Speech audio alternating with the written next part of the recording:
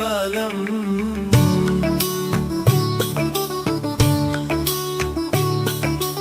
உங்களின் நலம் தேசத்தின் பலம் உங்களின்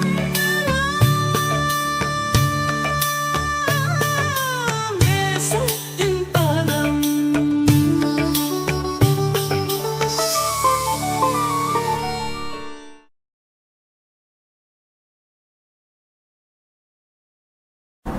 வணக்கம். மட்டக்களப்பு போதனா வைத்தியசாலையின் உங்கள் நலம் தேசத்தின் பலம் நிகழ்ச்சியின் மற்றும் ஒரு நேர்காணலில் உங்கள் அனைவரையும் சந்திப்பதில் மகிழ்ச்சி. இன்றைய நேர்காணலில் எங்களுடன் இணைந்திருக்கிறார் நீரிழிவு மற்றும் அகஞ்சுரப்பியல் விசேட வைத்திய நிபுணர் டாக்டர் தர்ஷினி கருப்பையா பிள்ளை அவர்கள். வணக்கம். வணக்கம். இன்றைய நவீன காலகட்டத்தில் உடற்பருமன் என்பது தொற்றா நோய்களுக்கு மிகவும் இன்றியமையாத ஒரு காரணமாக அமைகின்றது. உடற்பருமனால் ஏற்படும் தீமைகள் பற்றி எங்களுக்கு விளக்கமாக குறிப்பிட முடியுமா? உடற்பருமன் அப்படின்னு நாங்கள் பார்க்கும்போது சில நேரம் நாங்கள் நினைப்போம் இது ஒரு நோயா, ஒரு சாதாரண ஒரு விடயம் தான் நாங்கள் நோயாக எடுக்கிறோம்னு சொல்லி. ஆனால் நாங்கள் இப்போது நாங்கள் பார்க்கும்போது ரிசர்ச் இல்லாட்டி நமக்கு கிடைத்திருக்கும் இந்த பெரிய தகவல்கள் படி உடற்பருமன் மிக அளவில் பாதிக்குது. அதே போல் உடற்பருமன் நீங்கள் கூறியது போல ஏனைய தொற்றா நோய்களுக்கு ஒரு அடிப்படையான காரணமாகவும் அமைகிறது. ஆகவே இந்த உடற்பருமன் இப்போது காலகட்டத்தில் நாங்கள் ஒரு குரோனிக் டிசீஸ் அல்லது நீண்டகால நோய் அப்படிங்கிற ஒரு அமைப்புக்கு கீழே தான் கொண்டு வரோம். உடற்பருமனை நம்ம எவ்வாறு அளக்கலாம்னு நீங்கள் பார்ப்பீங்க. நாங்கள் வளமையாக அந்த பிஎம்ஐ அப்படிங்கிற, அதாவது உங்களோட உயரத்துக்கு ஏற்ற உங்களோட உடல் எடை இல்லாட்டி பருமன் எவ்வளவு இருக்க வேண்டும்ங்கிற அந்த காரணத்துக்கு அமைய நாங்கள் பிஎம்ஐ அப்படிங்கிற ஒரு அளவுகோலால் நாங்கள் உடற்பருமனை அளக்கிறோம். ஆனால் இது நீங்கள் அதாவது ஒரு ஐரோப்பிய அல்லது கொகேஷியன் சொல்கிற ஏனைய நாடுகளில் உள்ள அங்கத்தினருக்கும் நம்மளோட சவுத் ஈஸ்ட் ஏஷியன் ஆசிய நாடுகளில் உள்ள மக்களுக்கும் இந்த பிஎம்ஐ அளவு மிக வித்தியாசமாக காணப்படுகிறது.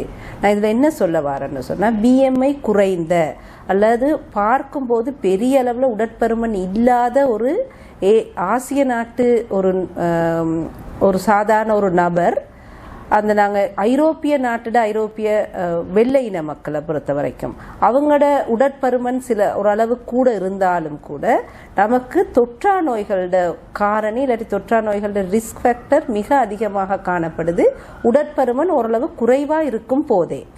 ஆகவே கிட்டத்தட்ட இந்த கடந்த 6-7 வருடங்களாக இந்த பிஎம்ஐ அறிகுறியை கூட நாங்கள் 2 வகையாக பிரித்து காணப்படுறோம். அதாவது நார்மல் பிஎம்ஐ இல்லாட்டி சாதாரண மட்டம்னு நாங்கள் ஒரு கொக்கேஷன் இல்லாட்டி வெள்ளை இன மக்களுக்கு சொல்கிறது 20லிருந்து 25ன்னு எடுத்துக்கொண்டால், 25 பிஎம்ஐக்கு மேல் அந்த சுட்டன் இருக்கும்போது ஒபேசிட்டி இல்லாட்டி உடற்பருமன் கூடுதல்னு எடுப்போம். ஆனால் நம்மட இலங்கை இல்லாட்டி ஆசிய நாட்டுல வசிக்கும் ஒரு நபரை 18லிருந்து 23 வரைக்கும் சாதாரண பிஎம்ஐ, அதை விட 23 விட கூடுனாலே நாங்கள் ஒபேசிட்டி இல்லாட்டி நாங்கள் உடற்பருமன் ஓவர் வெயிட் இல்லாட்டி உடற்பருமன் கூடுதலான கேட்டகரின்னு எடுக்கிறோம். ஆகவே எங்களை பொறுத்த வரைக்கும் உடற்பருமன் குறைந்த அளவில் இருக்கும் வரைக்கும் தொற்றா நோய்களுக்குரிய காரணம் மிக குறைவாக காணப்படுது.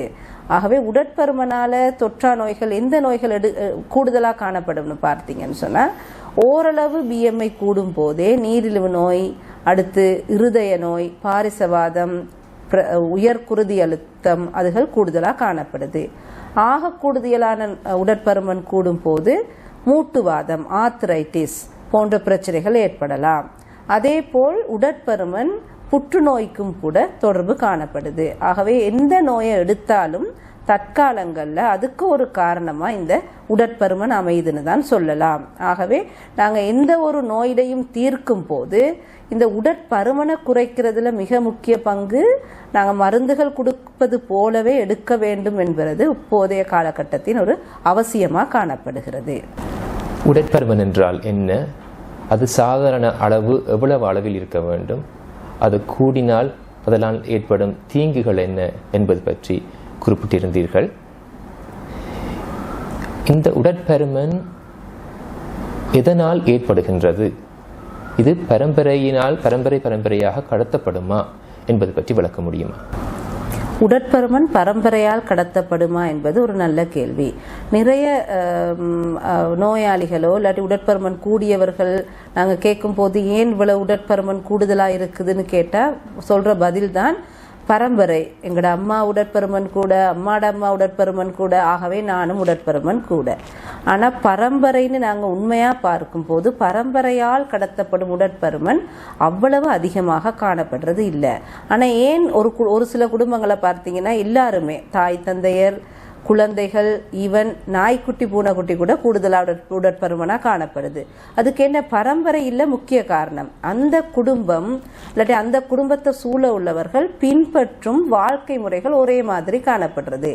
உதாரணமாக தாய் தந்தையரை பின்பற்றி தான் குழந்தைகள் வளமையாக தங்களோட உணவு பழக்க வழக்கத்தை ஆரம்பிக்கிறது. தாய் தந்தை மரக்கறி எடுக்காத தாய் தந்தையராக இருந்தால், அதாவது அதிக கொழுப்பு அதிக எண்ணெய் பாவிக்கிற ஒரு குடும்பமாக இருந்தால் குழந்தை பலவந்தமாக அந்த உணவு கட்டுப்பாட்டுக்கு தெரியாமலே உட்கொள்ளப்படுகிறது. அதுதான் முக்கிய காரணம். அதாவது எல்லா தீமையான இல்லாட்டி அன்ஹெல்தி ஃபுட் ஹேபிட்ஸ் அந்த குடும்பத்தில் எல்லாரும் பின்பற்றுறாங்க. அதனால் அது எல்லோருக்கும் அந்த குழந்தையும் அதே போல் உடற்பருமனால் பாதிக்கப்படலாம். ஆகவே பரம்பரைங்கிறது ஒரு சிறிய காரணி. நாங்கள் சொல்லுவோம் ஒரு 100% நாங்கள் ஒபேசிட்டி இல்லாட்டி உடற்பருமன் எடுத்தால் பரம்பரையால் போகிறது ஒரு 1% 2% இருக்கலாம்.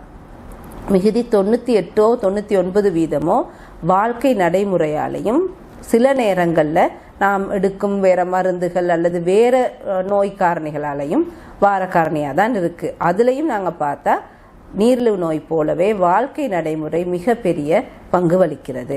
ஆகவே பரம்பரையால் கடத்தப்படும் நோய்கள் ஒரு சில பிராடவிலி சிண்ட்ரோம்னு ஒரு நோய் இருக்குது, குழந்தைகளை பாதிக்கிறது. அதில் அந்த பசி எடுக்கிறது, பசி இல்லாமல் போகிற அந்த காரணி எவ்வளவு சாப்பிட்டாலும் பசி இல்லாமல் போறதில்லை அந்த குழந்தைகளுக்கு. அதுபோல் சில சிண்ட்ரோம் இல்லாட்டி நோய்கள் காணப்படுது, மிக மிக அரிதான நோய்கள். அதனால் நாங்கள் உடற்பருமனுக்கு பரம்பரை மிக குறைந்த அளவில் தான், பரம்பரை அழகால கடத்தப்படுறது. நாம் சொல்லும்போது இந்த வாழ்க்கை நடைமுறை தான் கூடுதலாக காணப்படுதுன்றது தான் நான் சொல்ல வேண்டும். உடற்பருமன் குழந்தைகளையும் பாதிக்கின்றதா என குறிப்பிட முடியுமா? அத்தோடு உடற்பருமனை குறைக்க என்ன சிகிச்சை முறைகளை நாங்கள் கையாளலாம் என்பது பற்றி குறிப்பிட முடியுமா? உடற்பருமன் சொல்லுவோம் நாங்கள் ஒரு கடந்த காலங்களில் பெரியவர்கள் இல்லாட்டி வயது வந்தவர்களை மாத்திரமே பாதித்தது. குழந்தைகளை பாதிக்கிற விதம் மிக மிக அரிதாக காணப்பட்டது. ஆனால் தற்போதைய காலகட்டங்களில் குழந்தைகளுக்கு பாதிக்கிற உடற்பருமன் மிக கூடுதலாக காணப்படுகிறது. உதாரணமாக நாங்கள் 2017ஆம் ஆண்டு நீரிழிவு மற்றும் அகஞ்சுரப்பியல் அந்த எங்களோட யூனிட்டால் செய்த ரிசர்ச் ஆய்வின்படி ஒரு பெரிய அதாவது மட்டக்களப்பு நகரத்தில் உள்ள ஒரு பெண்கள் பாடசாலையில் நாங்கள் அந்த ஆய்வை நடத்தினோம். அதில் கிட்டத்தட்ட நாங்கள் எடுத்த குழந்தைகள் 14, 15, 16 வயதுக்குட்பட்ட பெண் குழந்தைகள். அந்த குழந்தைகளில் உடற்பருமன் பார்த்தீங்கன்னு சொன்னால் கிட்டத்தட்ட 10% குழந்தைகள் உடற்பருமன். அதாவது உடற்பருமன் நாங்கள் சில நேரம் அளவிடுறது BMI அந்த வயது வந்தோருக்கு காணப்படுறது போல அப்டோமினல் ஒபேசிட்டின்னு சொல்லி நாங்கள் பார்க்குற அந்த அளவுகோலும் இருக்குது.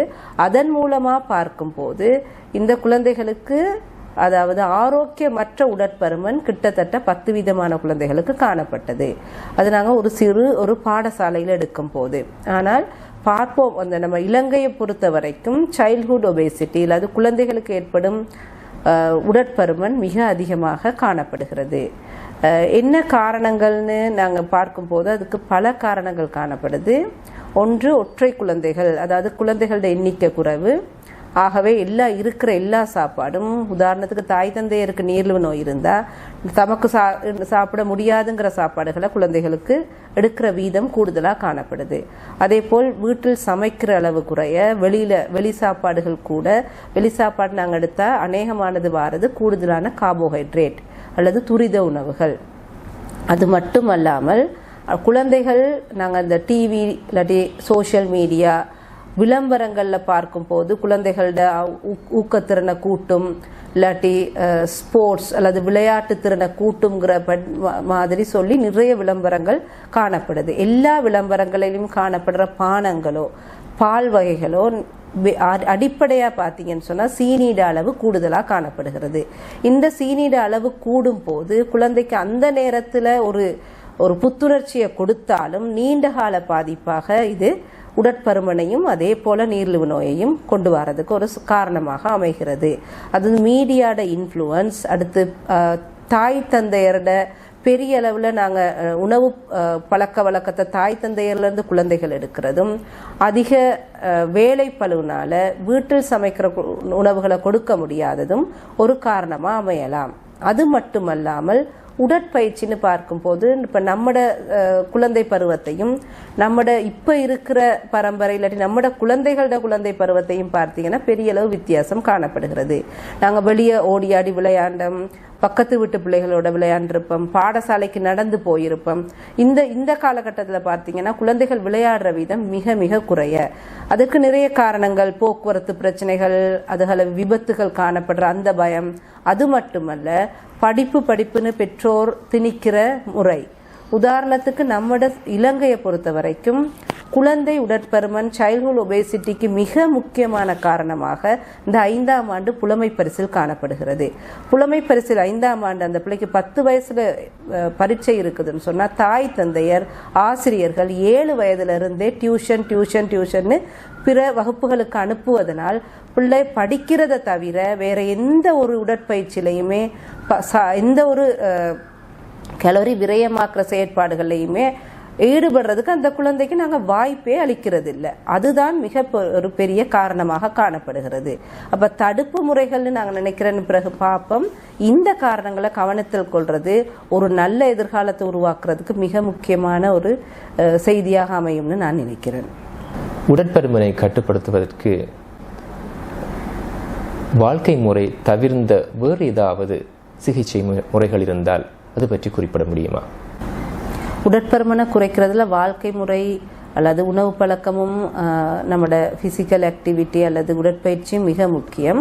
ஆனால் ஒரு கட்டத்தை தாண்டின பிறகு, அதாவது உடற்பருமன் நாங்கள் சொல்லுவோம் பிஎம்ஐ அதிக அளவு 20-30க்கு மேலே போயிட்டா, உதாரணமாக ஒரு 5 அடி ஒரு சாதாரண உயரமுள்ள ஒரு மனிதன் 80 கிலோவை விட வெயிட் உடல் நிறை கூடுமாயிட்டா நாங்கள் அந்த உடற்பயிற்சி உணவு பழக்க வழக்கத்தால் மேலதிகமாக கூடுறதை தடுக்கலாமே ஒழிய அதை விட நல்லா குறைந்து ஐடியல் பாடி வெயிட், அதாவது சரியான அளவான ஒரு உடல் நிறைக்கு வருவது என்பது சில நேரங்களில் கனவு, அதாவது நடக்கிறது ரொம்ப ரொம்ப குறைவு. இந்த கட்டத்தில் நாங்கள் பார்க்கணும், இந்த உடற்பருமனால அந்த மனிதனுக்கு ஏதாவது பிரச்சனைகள் இருக்க வாய்ப்பு இருக்குதா.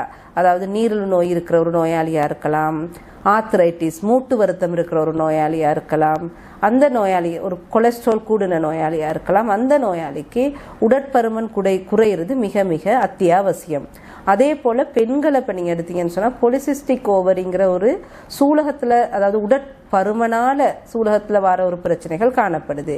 அது அந்த 20-22 இளம் வயது பெண்களுக்கு பெரிய அளவில் மாதவிடாய் பிரச்சனை, அதே போல் குழந்தையின்மை பிரச்சனை, அடுத்து உருவங்கள்லையும் பெரிய அளவு வெயிட் கூடுதலாக பருமனை அதிகரிக்கிறனால ஏற்படுற பிரச்சனைகள் ஏற்படலாம். இந்த நோயாளிகளுக்கு நமக்கு வாழ்க்கை முறையால் ஓரளவுக்கு குறைக்கலாமே ஒழிய ஆகக்கூடிய ஒரு நிறைய நாங்கள் நார்மல் சாதாரண மட்டத்துக்கு கொண்டு வரதுக்கு கட்டாயம் சிகிச்சை முறைகள் தான் செய்ய வேண்டும். என்ன சிகிச்சை முறைகள் இருக்குதுன்னு பார்த்தா மருந்துகள் காணப்படுது, அதாவது குளிசைகள் காணப்படுது. ஆனால் இலங்கையை பொறுத்த வரைக்கும் பெரிய அளவில் இல்லை, 1 அல்லது 2 வகையான மாத்திரைகளே காணப்படுது. அதால் எவ்வளவு வெயிட்டை நம்ம குறைக்கலாம்னு பார்த்தா ஒரு கூடிய அளவு சொல்லும் ஒரு 5 ஒரு 8 கிலோவோ குறைக்கலாம். ஆக கூடுதலான வெயிட்டை குறைக்கிறதுக்கு மிக செல்வாக்கு செலுத்துகிற ஊசி மூலம் காணப்படுது. ஆனால் இலங்கையை பொறுத்த வரைக்கும் பரவலாக இல்லை. ஏன்? அதை விலை கிட்டத்தட்ட சொல்லுவோம், நாங்கள் எடுக்கிற அந்த இன்ஜெக்ஷன் இல்லாட்டி ஊசி மூலம் வெயிட்டை குறைக்கிற மருந்துகள் ஒரு நம்மட சாதாரண ஒரு மனிதன் சம்பளத்தை விட கூட, அதாவது 80,000 1 லட்சம் வரைக்கும் போகலாம். அது ஒரு சாதாரண குடும்பத்தால் இந்த அளவு வருமானம் எடுக்க முடியாது. அதே போல் அதுக்கு அடுத்த என்ன முறை நம்மட இலங்கையில் காணப்படுதுன்னு பார்த்தீங்கன்னா உடல் எடையை குறைக்கும் சத்திர சிகிச்சை, பெரியட்ரிக் சர்ஜரின்னு கேள்விப்பட்டிருப்பீங்க. அந்த உடல் எடையை குறைக்கிற சிகிச்சை முறையால் ஒரு 30-40 கிலோ கூட குறைக்கலாம். ஆனால் எல்லா நோயாளிகளும் இந்த உடற்பருமன் குறைக்கிற சத்திர சிகிச்சை இல்லாட்டி பெரியட்ரிக் சர்ஜரிக்கு பொருத்தமாக இருக்க மாட்டாங்க. ஏனெனில் இந்த சத்திர சிகிச்சை செஞ்ச பிறகு நோயாளி பின்பற்றக்கூடிய உணவு பழக்க வழக்கங்கள் காணப்படுது. அடுத்து அவங்க வாழ்நாள் முழுக்க ஒரு வைத்தியருக்கு கீழே ஃபாலோ அப் இல்லாட்டி அதுக்குரிய கவனத்தில் எடுக்க வேண்டிய காரணிகள் நிறைய காணப்படுது. இது எல்லாத்தையும் எடுக்கக்கூடிய ஒரு மோட்டிவேட்டட் பர்சனாக இருந்தால் நாங்கள் இந்த பெரியட்ரிக் சர்ஜரியை செய்யலாம். இப்போ எனக்கு கீழே வந்திருக்கும் சில நோயாளிகள் இந்த பெரியட்ரிக் சர்ஜரி மூலம் மிகப்பெரிய பலன்கள் அடைந்திருக்கிறாங்க. உதாரணமாக நீரிழிவு நோய் இல்லாமலே போயிருக்குது. அதே போல் கொலஸ்ட்ரால் மருந்துகள் மிக குறைவாக எடுக்கிறாங்க. ப்ரெஷருக்கு எடுத்த இல்லாட்டி உடற்குருதி அமுக்கத்துக்கு எடுத்த குளிசைகள் 5 குளிசைகள் எடுத்த நோயாளி சர்ஜரிக்கு பிறகு ஒரு குளிசையோட தண்ட பிளட் ப்ரெஷரை நார்மலுக்கு கொண்டு வர கட்டம் காணப்படுது. ஆகவே சில நோயாளிகளுக்கு சொல்லும், நீங்கள் பார்த்துருப்பீங்க 120-130 கிலோ வெயிட், ஒரு சாதாரண நாட்காலியில் உட்கார இயலாது, ஒரு பிளட் ப்ரெஷர் சரியாக போட இயலாது. அப்படியான நோயாளிகளுக்கு இந்த பெரியட்ரிக் சர்ஜரி மிகப்பெரிய வரப்பிரசாதம். இது உண்மையும் நாங்கள் அதாவது கவர்மெண்ட் செக்டர் இல்லாட்டி நம்மளோட அரசாங்கத்தின் மூலமாக நாங்கள் ஒரு சரியான முறையில் அதை ஒருமுகப்படுத்தி செய்தால் சில நோயாளிகளுக்கு மிகப்பெரிய பலனளிக்கும். உடற்பருமன் என்றால் என்ன, அது எவ்வாறு ஏற்படுகின்றது, அது குழந்தைகள் மற்றும் வளர்ந்தோருக்கு எவ்வகையான தீங்கான விளைவுகளை அவர்களது வாழ்க்கையில் ஏற்படுத்துகின்றது, அதை எவ்வாறு நாங்கள் தவிர்த்து கொள்ளலாம், அது ஏற்படுமாயின் அதை எவ்வாறு நாங்கள் எவ்வகையான சிகிச்சை முறைகளை அளிக்கலாம் என்பது பற்றி முழுமையான விளக்கத்தை எங்களுக்கு அளித்த வைத்திய நிபுணர் டாக்டர் தர்ஷினி கருப்பையா பிள்ளை அவர்களுக்கு எங்களது மனமார்ந்த நன்றிகள். அத்தோடு உங்கள் பலம் தேசத்தின் நலம் நிகழ்ச்சியின் மற்றும் நேர்காணலில் உங்களை சந்திக்கும் வரை உங்களிடமிருந்து விடைபெறும் நான் டாக்டர் சஞ்சீவன். வணக்கம். நன்றி, வணக்கம். ஒஸ்டியோபோரோசிஸ் அல்லது எண்பு தேய்வு நாங்கள் இப்போ நீரிழிவு நோய் மற்றபடி கொலஸ்ட்ரால் அப்படி பார்க்கும்போது மிக பரவலாக அல்லது